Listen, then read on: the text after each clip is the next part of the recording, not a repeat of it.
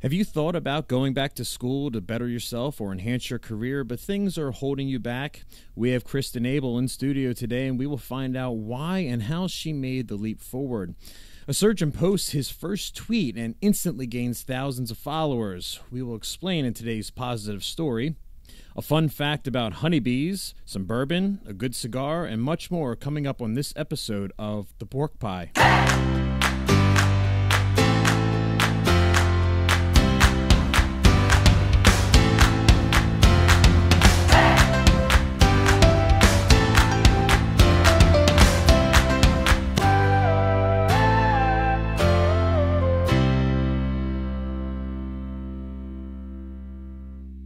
Welcome to The Pork Pie. Today's topic, we'll be talking about nursing and fitness. As always, I have my Maker's Mark bourbon. Today's cigar, we've decided to go with the Mark Twain No. 1. It's a medium-strength cigar from Nicaragua, but it has an Ecuadorian wrapper. I went with the Churchill size 7 because it's a good cigar for when you just want to sit back, relax, and enjoy it for a pretty long time. Find this and many other great cigars at Famous Smoke Shop. That's famous-smoke.com. Friendly reminder, if you enjoy our podcast, please subscribe on YouTube or iTunes and follow us on Facebook, Twitter, and other social media sites. You can find all of our episodes on theporkpie.com, including 3 easy steps to creating and monetizing your own podcast. If you like this video, give us a big thumbs up. And, of course, feel free to share this content with your friends and family. Today, our special guest is a woman that is not only a working mom of 4, but also has more interest than I can count.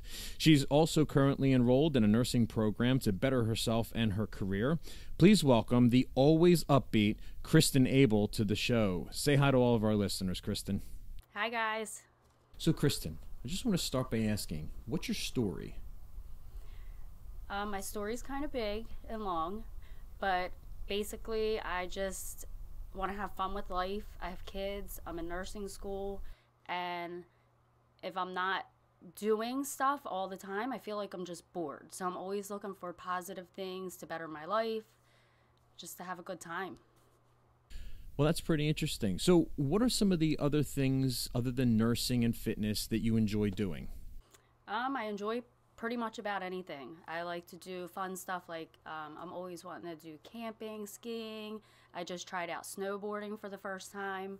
What was snowboarding like? It was horrible. It was hard. It wasn't horrible, but I am going to try it again. Okay. It's just really hard once you're used to skiing. The snowboarding, to get the concept, it's just really hard. But it was fun. It's something I definitely want to try again. So, other stuff that I enjoy, I do fitness competitions a few times a year just to motivate other people. I call them competitions, but it's more like a team. We create a team to motivate each other and for people to have accountability. And one thing on my list to do of stuff that I think I might enjoy is skydiving. Skydiving. Mm-hmm. Okay, so I am petrified of heights. I don't even like getting up on a ladder. So I'm assuming you're not that way. No, I'm kind of scared of heights, but I think it would be just cool, like, once you get over it. And I said, my son, he's 19 now. I promised him to go on his 18th birthday. So I kind of am stalling, but I feel like I am going to go, and he's going to have to push me out the door. I do want to do it, though. I'm not going to be forced to do it. But do you feel like you could get up there conscious? Yeah. Okay. I might pass out on the way down, but... Well, I don't think that would be safe. Hey, I want to try it. We'll see what happens. Okay. Yeah. All right. So back to the skiing. I've done skiing, and I've gone down a hill on a snowboard. The biggest challenge for me was when I was skiing, I felt like I had more control. My feet were able to separate, and I had a little bit more movement. Mm-hmm. With the snowboard, both feet are attached to one thing, and it just felt very awkward. So did you feel that way or not really? Exactly what you just said. It's just an awkward feeling, and I think it's just all getting used to, because now my son, he just snowboards. He feels awkward skiing. So it's just what you get used to. Sure, absolutely. What made you decide to go back to school for nursing? I think it was always on my list of things that I wanted to do. I had young kids, and at one point I was just like, why am I waiting? I just want to do it. My grandmother, who passed away years ago, she put herself through nursing as a single mom with 5 kids, and I'm like, she never had an excuse, a complaint, nothing. Like, I'm just doing it. It's just always been a passion. I love helping other people. I always want to inspire somebody and get people, just a whole positive life if you want to do something. So nursing is the best place to do that. You're going to impact so many lives. You're going to, you go into somebody's nursing room, they could be at their worst spot in their life, and it's up to you to make them feel better. So it's something I've always wanted to do, and no time is better than now. Okay, so let me ask you this. You're a mother of 4, you're married, you're involved in so many other things. What does your family and friends think about you going back to school to become a nurse? They just support me. They're everybody's very supportive. My mom helps me out a lot. So as I would say to other people, if you don't have the family support, you can still do it. There is, I'm lucky that I have family support. So my mom will come over and, cook dinner for me or my family while I'm at nursing. But they could figure it out on their own if she wasn't there. So there's always other options. But my family is very supportive.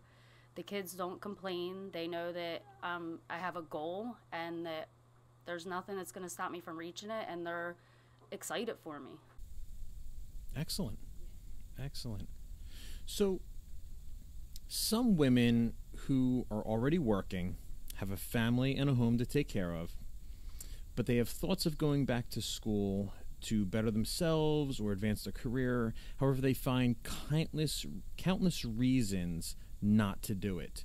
So what would you tell them? There's no reason that you shouldn't do it. You do it, you take day to day, you set your mind on your goal, and you will find ways to get around it. There's never a, well, I can't, or it's not going to work. It's, I'm going to find a way for it to work. And it always does. Is there anything that you went through or anything that you thought would hold you back that prevented you from making this decision earlier? In the past, you mean? Like why I didn't go back earlier? Sure. Yeah, because I feel like I just listen to what a lot of people in society say. Like, I'm too old. I'm older. That college is really for younger people. And I honestly never knew there was a group of adults that go back to college. There's actually a large group of adults. A large percentage of adults are in school right now, and I never knew that. I just always felt like I would be taking time away from my kids, and that's not the case. If anything, I just use my time that I'm with them more wisely. So you mentioned about how society has been saying and making comments about, you're too old, or it's you're beyond the time frame of going and starting something new. So you mentioned a book to me earlier about how there's a guy who talks about just living your best life. Why don't you talk a little bit about that book? So I found this book. I think I discovered it first on Facebook because he has a Facebook page. It's called Buddhist Boot Camp. The book is not for everybody, but he's not pushing any religions or anything, and that's everybody's first guard they put up. Like, I don't want to be talked into a religion. So it's not that. But he just talks about his, the struggles that he had in his life, that he was supposed to get up and go to work 9 to 5 or 8, everything that society says you're supposed to do, he thought he was doing. But he never found happiness. So he thought, I'm going to figure out what makes me happy, and he went with that. And he just kind of pushed away everything that society says that you're supposed to be and supposed to do. And he just explains his story, that it's brought him so much happiness, and instead of fulfilling his life with what society says he should be doing, or materialistic things, he is happy with who he wants to be. And it all works out. So what prompted you to find this book? Did you just come across it, or were you looking for something inspirational? I'm always looking for something inspirational. I think I'm always looking for self-help books, something to just keep motivating me and getting me away from the negative media. like the negative Facebook posts. So I'm always looking for stuff that's inspirational, positive stuff that's going to make me keep my mindset of being positive and happy instead of feeding into a lot of the negative stuff going on. So I think that's how I stumbled across him, and then realized he had a Facebook page, Buddhist Boot Camp. So he posts a lot of quotes on there that are inspirational for the day. That's interesting. So what's the most interesting thing that's occurred during your time at nursing school and going to clinicals? There's a lot of interesting stuff. Well, what do you we mean, don't want to. Interesting in what? Interesting in what? So we don't want to break any HIPAA regulations. Right. So we'll leave names and things like that, personal information out of it. But during your time during clinicals, and how often do you do clinicals? So it's every other weekend.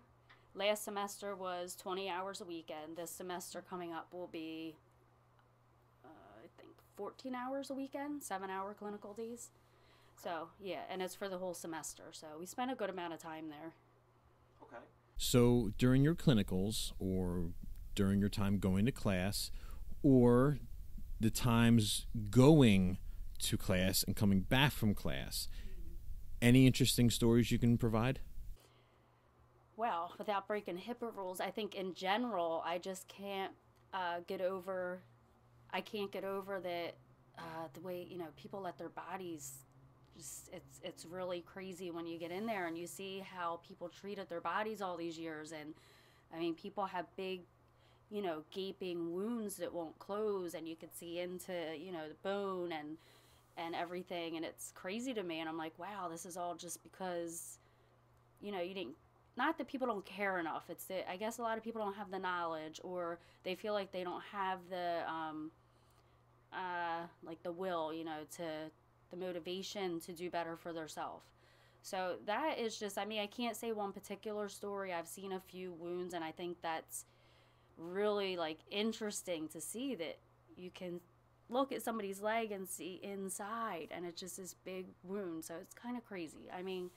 Yeah, I don't want to get into too specific of stories, but there's interesting stuff. The way that your body is, if you have a liver problem and your ammonia levels get high, or, it affects your mental state. So you're talking to a patient who, they might be crazy. And it's like, you realize, no, they're not.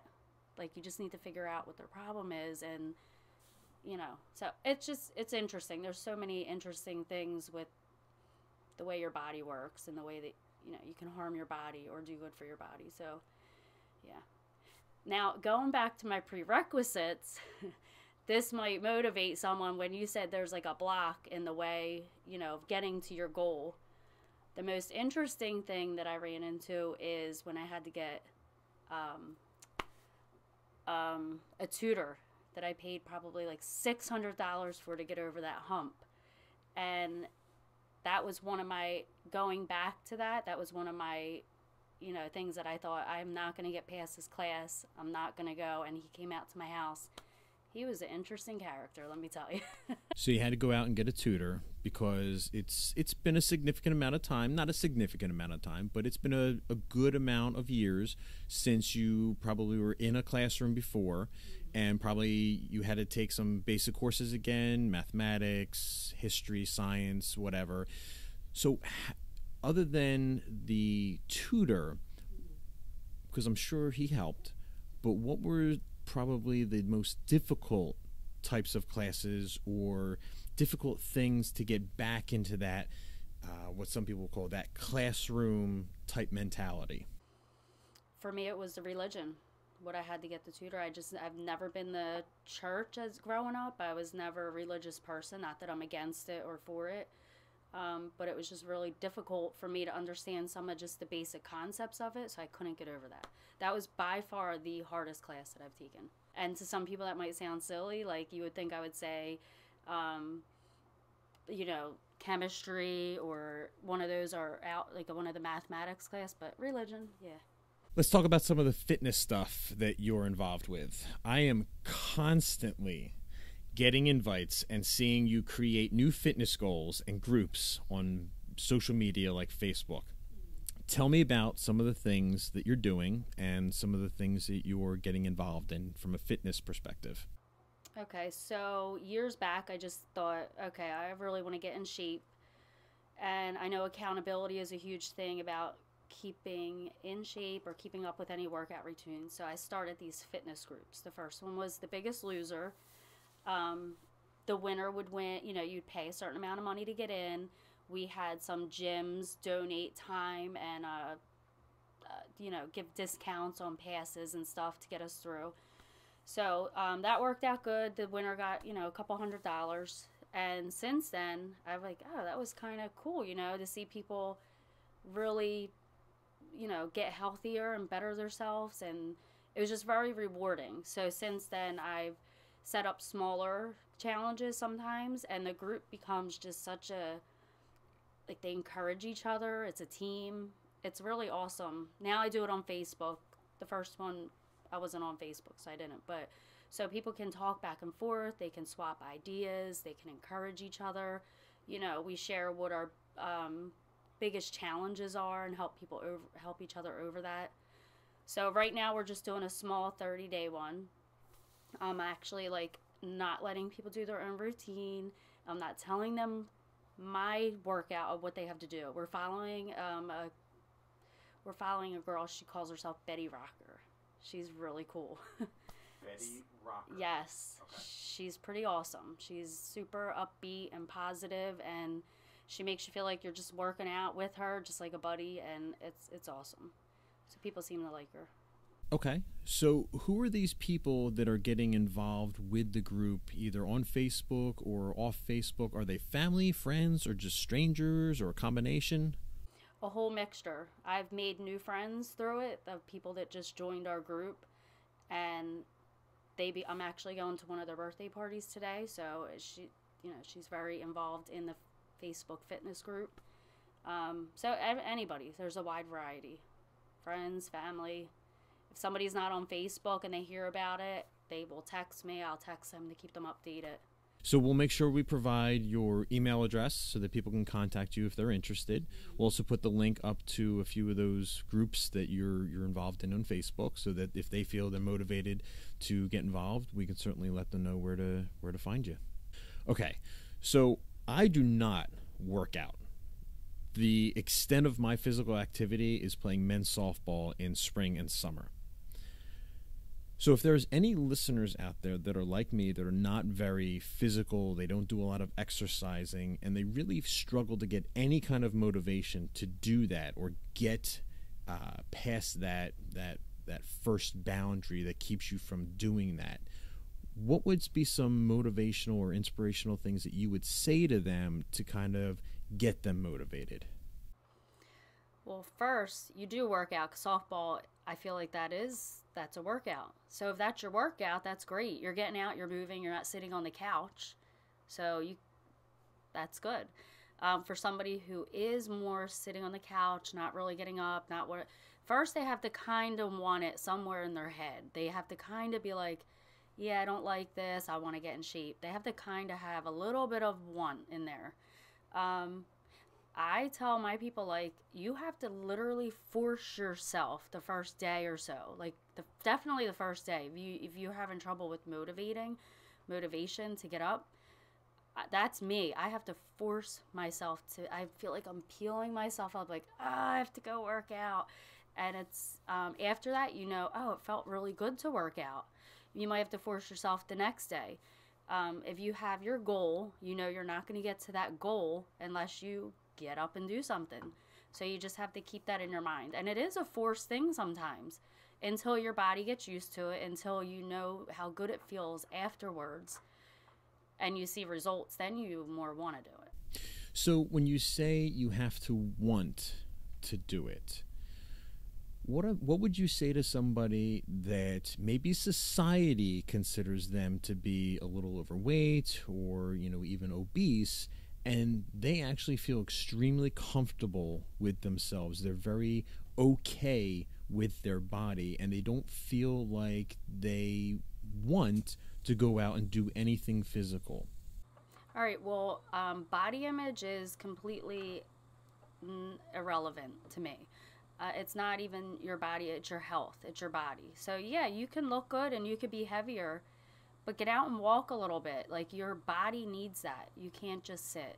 So if you're comfortable being a little heavier or a lot heavier, that's totally fine. So eventually, if you're just sitting around, your body is going to see all of the negative things that come of just sitting around. You know, you need to get your heart pumping. You need to get your blood flowing.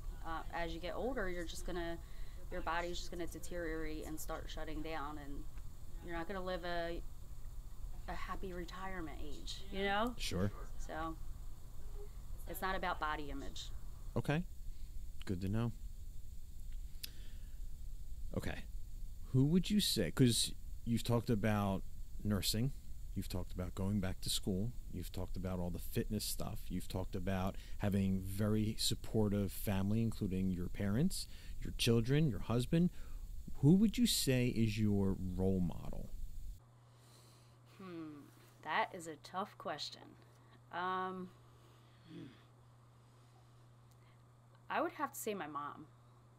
I mean, I'm really like thinking, because I go back and forth with my grandmother, but she passed away, you know, a long time ago. My mom, she's just always so, you know, through thick and thin, she stays who she is. She never compromises her person, what she believes in, how to do things. And she's not judgmental. She won't judge you for doing this. And I think I got that from her. So I would have to say she's my biggest role model. And it's funny now, because when you're younger, you're like, oh, I'm not going to, you know, I'm never going to do that when I have kids. I'm never going to. When you go through those crabby teen years, you're always, you know, you want to blame everything on your mom or your dad. And now that I'm older and I see myself doing things that my mom did, and I'm like proud of it. Like, I feel like she is an awesome role model. That's awesome. So I'm going to ask you to maybe get out of your comfort zone a little bit. Okay. And stare right into the camera. And is there anything that you would say to your mom, because your mom's not here, anything that you would say to her that you may not feel comfortable saying to her when she's in the room? Well, I feel comfortable saying anything to her. Okay. But I would like to say, Mom, thank you so much for dealing with all of my ups and downs, all of my crazy ideas, I'm never, you never know what you're going to get with me, and you always take it with ease, and you're always supporting me, and I love you, and I appreciate that. It's time for the pork pies fun fact of the day. So, Kristin, let me ask you this. How much do you know about honeybees? Probably nothing. Maybe a little bit. I know they pollinate. Okay. Okay. All right.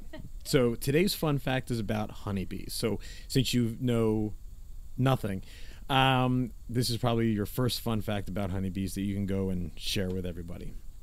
Honeybees can recognize human faces. So I'll expand on that. Whereas before it was thought that only large-brained mammals could distinguish individual faces, honeybees can do this as well. They see faces in a compilation of 5,000 individual images, kind of like pixels. So they basically have the ability to do the same thing that some of our modern technology has the ability to do, where it recognizes faces. What do you think about that? That is pretty crazy. I would have never imagined that. So when I'm swatting at them, and then I'm swatting at them again later, they're going to be like... They know exactly who you are, and they can find you again. Wow. That's pretty crazy. Yeah, I think so too. And I wouldn't believe it, but coming from you, I'm going to have to believe that. Well, it's not from me. I mean, I'm the one that's telling you, right? But more fun facts like that can be found at thefactsite.com. That's where we love to find great new things that we have maybe not known before, and that's where we get our fun facts. On every podcast, I want to do a positive news story. And I feel like there's so much negativity in the world, and a lot of the news stations, they do a lot of negative stories because, to be honest, negative things seem to have a lot more entertainment value. But I think there's a lot more positive things that are happening out there that don't get the visibility that they need. So I do a positive news story on every podcast. So you have 4 kids. How old are they? 19, 17, 12, and 6. Wow. Have any of them ever had surgery? No. Okay. So you've gotten lucky in that regard. Yes. Good to know. The positive news story today, I'll read you the headline. Surgeon finds fame when his first tweet is about stitching up a little boy's teddy bear before the operation. I'll give you a little bit more. Dr. Daniel McNeely is a neurosurgeon with the IWK Health Center in Halifax, Canada. He has been treating 8-year-old Jackson McKee since he was an infant, and Jackson has a chronic condition called hydrocephalus. He had to have a surgery recently to remove a cyst from his brain, and the doctor was going to perform this operation, but Jackson was very nervous, so he brought with him his favorite teddy bear. The teddy bear had a small tear in his arm, and Jackson asked the doctor if he could take care of the bear as well so that he could have him with him during the operation. So the doctor asked the nurses to set up an entirely separate station with an entirely separate set of tools, and he spent time fixing and stitching up the bear so that Jackson could have this comfort during the operation. What do you think about that? That's awesome. If more people would do that and take the time, I know sometimes that's not reality that everybody has that time, but if more people would take the time to do stuff like that, everything would be better. And your whole idea about positivity, I mean, I always say, imagine what the world would be if only positive stuff was shared on the news. Be different.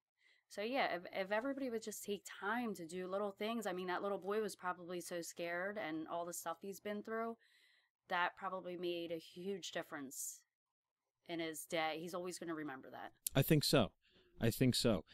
So let's try to take a different perspective, and I want to get your opinion on this. So do you think there are parents that are out there that would be annoyed to think that the doctor should be focused on performing the surgery of their child rather than trying to appease the child and taking time to do something like fixing a toy bear? Definitely. There's negative people. We're never going to get away from that. They might view it as they're not being negative people. It's hard to say, well, you're negative because you don't like that the doctor was fixing the bear. They just have a whole different perspective. My perspective, that's negative. They should be happy that somebody made a difference in somebody's day in a positive way. So you're going to school as a nurse. Mm-hmm. So let's put you in that situation. You're the nurse helping the physician or the neurosurgeon on this operation, and the child asks him to do something like this, and the parent is being very negative or annoyed or frustrated with the doctor. You, as the attending nurse, what would your advice be? Hold on, the parent of the child is the negative one? Correct. Oh, wow. Huh. They feel like the doctor shouldn't be using his time to do something like this. He should be focused on the brain surgery that he's going to be performing on their child. That which should be his only focus. Okay, so as a nurse, you always take the patient's feelings into consideration, and you never put your point of view on them. So I would just try to talk. The mom, you have to understand how much stress she's under right now. Sure. So that's the first thing. And I would just comfort the mom and explain to her that, yes, your son's surgery is the priority right now, but it's also emotional. The emotional aspect is a huge thing in healing and recovering and getting through a lot of illness. I would just try to explain that to her and just comfort her and do the best that I could. I mean, every situation's different. I don't know what her response would be to me, so it's hard for me to say, but I would just take her feelings into consideration and try to, get her to see that this is a positive thing. Sure. Okay, that makes sense. So the doctor asked the nurses to take pictures of him performing the surgery on the little teddy bear.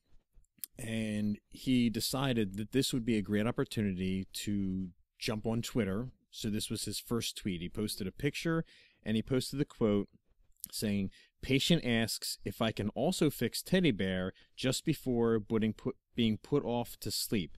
How could I say no?" His reaction, his tweet got over 100,000 followers almost instantly because of this. And he came back to say, I thought it might make a few people smile. That was really the only intention I had. But he went on to say that he hopes that it will help to set a higher bar for how healthcare professionals can go the extra mile to care for their patients and make them feel more comfortable in non-medical ways. So what are your thoughts on that? I think that's perfectly said. A lot of nurses and doctors focus on the task. They forget that there's a human behind the task. So that's perfect. I would say that, spread positivity. He's being positive. He's trying to, his main priority is the task, but there's also a human behind that. So I think he worded that perfectly. I think so as well. Jackson's father finished, just to kind of wrap up the story here, Jackson's father said that he was tickled pink. Jackson was tickled pink to wake up from surgery and find that he and his teddy bear had both been successfully treated. Oh, I know. I love it. That's awesome. We'll post a link to this story, but you can find more positive stories like this on goodnewsnetwork.org. Kristin, for every guest that I have on my podcast, I am extremely thankful. But I also ask them 5 questions, and each guest gets the same 5 questions. Are you ready? I am ready. Okay. Question 1. What is your favorite word? Happy. Happy. That's the first one that comes to my mind. Okay, fair enough. Why happy? Other than it's the first word that came to your mind. Why happy? Because if everybody would just smile and be happy, I mean, look how great the world would be. It would be so much fun. I always want to have fun. I'm always trying to get people to have fun. So happy. Fun could be another alternative favorite word, but I would go with happy. Happy. And I have noticed in the almost 3 years that I've known you, you are extremely happy. I don't think I've ever seen you be down. I don't think I've ever seen you be negative. You're very positive. You're very upbeat. And you seem to always be doing things for others without really asking or even expecting something in return. So I think you're right. I think if more people had the same energy and the same positive outlook on not only life but every day, I think you're right. I think the world would be a better place. Absolutely. Thanks. Sure. Question 2. Living or dead, who would you want to meet? Michael Jackson. That was Yes. That was a very quick answer. Because Okay. I've been praying for the day that he comes back, so I already knew that answer. Yeah. So you feel he's going to have like a second coming, almost like Elvis? I'm kind of hoping he's frozen somewhere and they're going to unfreeze him, and he'll come back one day. Yeah. Okay. All right. So let's say, for argument's sake, that he does. Mm-hmm. Why would you want to meet him? I just always loved him growing up. I always listened to his records. I always tried to memorize his songs. I just, I don't feed into all of the bad stuff people say about him because it's all opinions. There's no, from what I know, there's no facts backing it up. So if you not focus on that, look at all he's done positive, the moonwalk. I mean, we wouldn't have the moonwalk without him. Just his performance on stage, I would love to get to go to one of his concerts. It's just exciting. Sure. You have one day to binge watch one show, what show would you pick? Well, I'm just starting to get to know Netflix, so I can't really, I mean, there's probably a million shows on there that I want to watch, but I don't know about yet. Okay. So I would say it would have to be Friends. Okay. Have you ever seen an episode of Friends? Yeah, it's funny. I can laugh. I can watch the same episode over and over again, and it's like I just watched it for the first time because it's always funny. Sure. Like I just I enjoy watching it. Have you seen every episode, or do you think you've seen? I have no idea. I just when it's on, I watch it. But it would be neat to go from day one and binge watch and see how it played out because I never watched it when it was first aired. I only watched reruns. So if I could go back and binge watch from the first day, then it would be, I would do that. Is there a character in Friends, as much as you know about the show, is there a character in Friends that you think you would most associate with? Rachel. Why Rachel? Because she's funny and just like whatever, you know.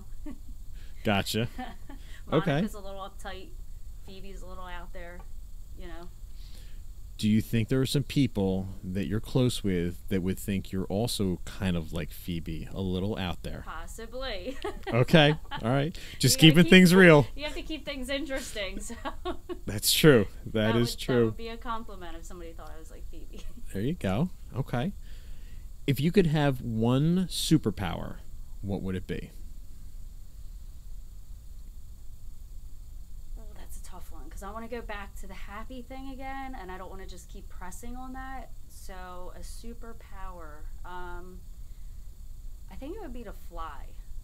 Okay. I always had dreams when I was a kid, and every dream I feel like I could fly, and it was really bizarre. And I think it would just be neat to be like, okay, I want to go here, like, you go fly. That's the only thing I could think of because of the relation to my dreams back in the day, because I don't want to, like, keep harping on the happiness stuff. But, I mean, if I could harp on the happiness stuff, it would just, to have that ideal, you know, power to be like, we're having this get together and everybody's going to have fun and be happy. That would be my power. That would be superpower. I think that's a great superpower. Absolutely. All right. Okay, last question. Mm-hmm. We know you're going to school. We know you're like super mom. We know you are trying to better yourself with a nursing career. We know you have 4 amazing kids. You're into all kinds of fitness, and you're always looking for the next positive thing to get involved in. Mm-hmm. So you have all of these great things happening. What are you not very good at? Well, even though I'm good at setting up all of the fitness, I'm not going to say I'm a failure, because if you say you're a failure, it means you stop trying. But I never do reach my goals, to be honest. Like, I don't reach my fitness goals, and I'm just going to keep trying until one day it sticks. So I'm good at motivating other people. I'm good at keeping other people positive and staying positive. But I am honestly not good at reaching my own goals fitness-wise. But other than that, I don't know if I can really pinpoint anything that I'm not good at everything, but right now I can't think of anything else that I'm, like, not good at. Sure. Because I really give my effort, like, if I have a task to do or if I have something to do, you know. Sometimes I feel like if I don't have goals, I can't really let myself down. Right. Yeah, that's true. It's a good way to put it. Well, it's a way to put it. I don't know if it's a good way to put it. Okay, well, that wraps up pretty much the end of our podcast. Do you have anything to say, anything you want to kind of plug, or any events coming up that you want to let people know about? Well, I wish I did have events, because usually there's a lot of events coming up. But I don't right now. So the only thing I could say is I would like everybody to go check out Betty Rocker. She is an amazing woman. She's super positive. If you started your day out every morning working out 15 minutes with her, you would be like, whew, like that. She's very upbeat, positive. She makes you think about how your day's going to be. It's not just all work out, do this, do that. It's just a very positive way to start your day. So I would suggest that everybody go check out her website, Facebook page. Well, that's all we have for today. Thank you to my very special guest, Kristin Abell. Thanks to all of you for listening again, and be sure to like, follow, subscribe to our many videos on our many social media forums. Leave any comments and feedback below, and come back again to see more episodes. For the Pork Pie, I'm Jonathan Van Horn. Salancha.